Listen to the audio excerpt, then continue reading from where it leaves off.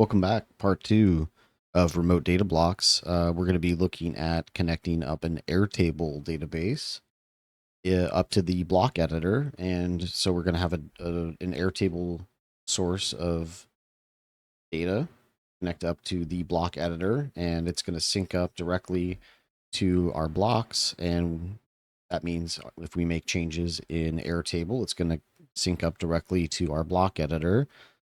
So you don't have to actually log into WordPress, and that data is going to sync directly to the front end of your website. So we're going to get that connected up. So first, we're going to just open up in a new tab, our playground. We're going to connect up directly there. But first, I'm going to also connect up to our docs here. So let's get started here. And I will click on the tutorials here in the remote data blocks and click on Airtable.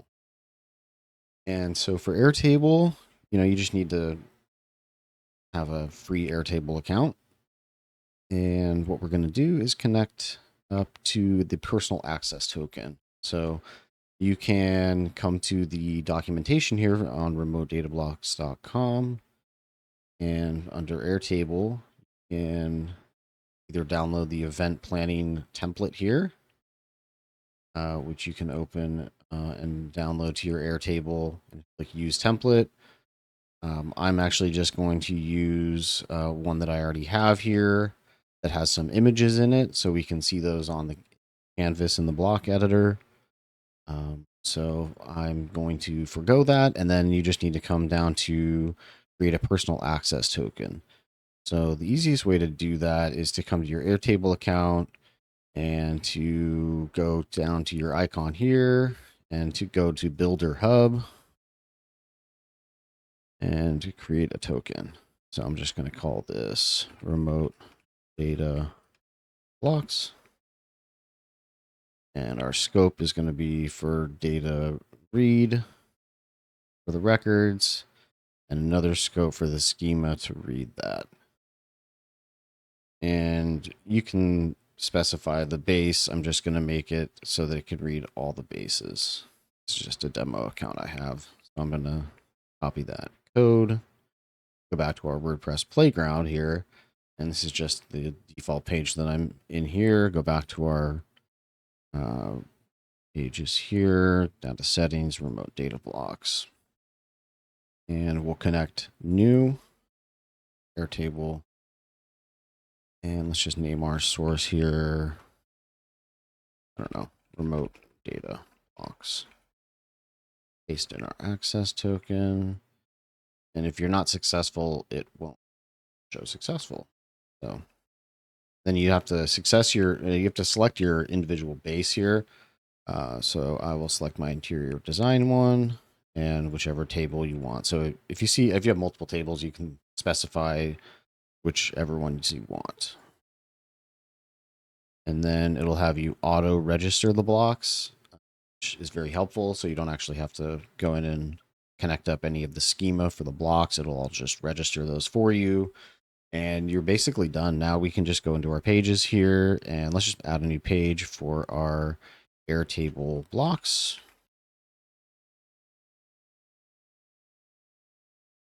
And connect this up. So we'll have a custom block now that was just registered based on that Airtable data. So let's scroll down here.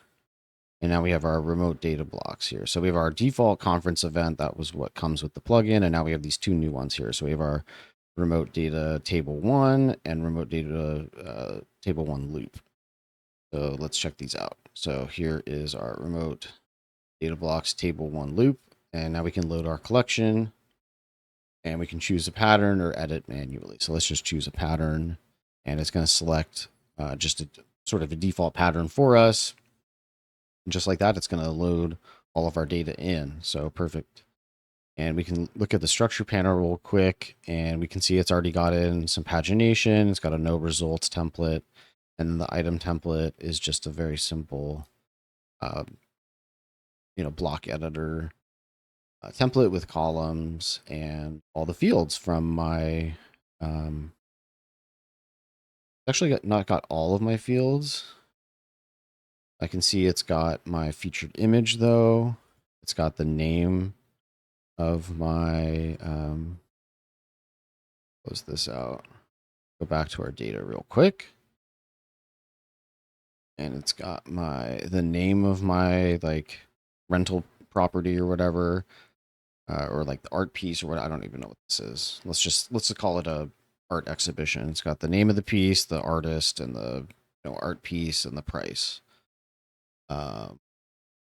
So yeah, so it's got the name, it's got the artist, and so then you can add like different pieces of data, right? So it's all sort of mapped to the fields. So we've got like the rental price, and so you can actually map that. You can see it puts it through into the loop, right? So it's basically like a loop that you're used to within dynamic data if you've used any sort of page builder, but it's looping through an external data source through in Airtable, not in the database in WordPress. So that is essentially how that's working with remote data blocks. And you can style this within the block editor, of course. You can come and put some styles on this or whatever. Uh, make this look as fancy as you'd like. And so the idea here is that this is actually synced to the Airtable data, right? So it's got my name, of course, on it. So let's look at this on the front end. It's got all those pieces in there, right? And the idea is that I can come in here to the name here and do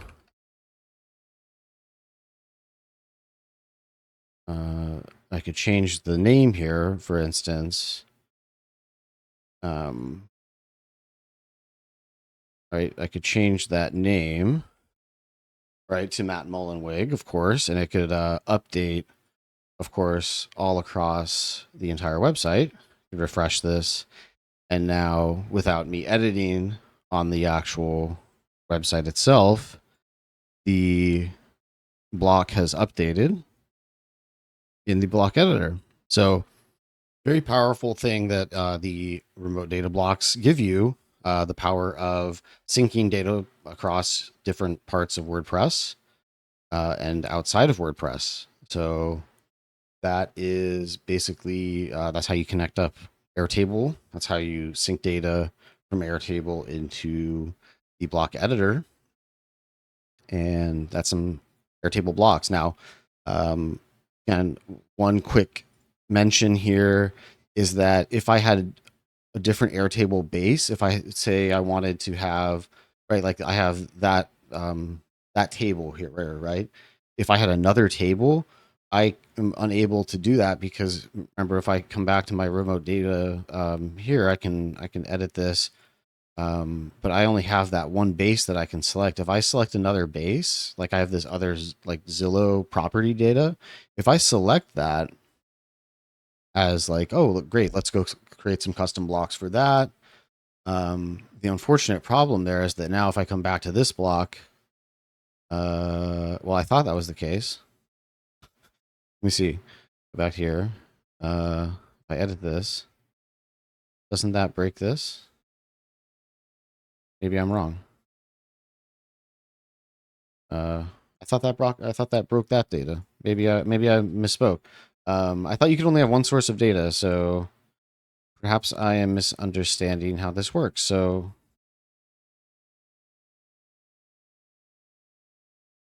no, it's still set to interior design. So let me save this. And if I save that source and now see it's set to my Zillow data.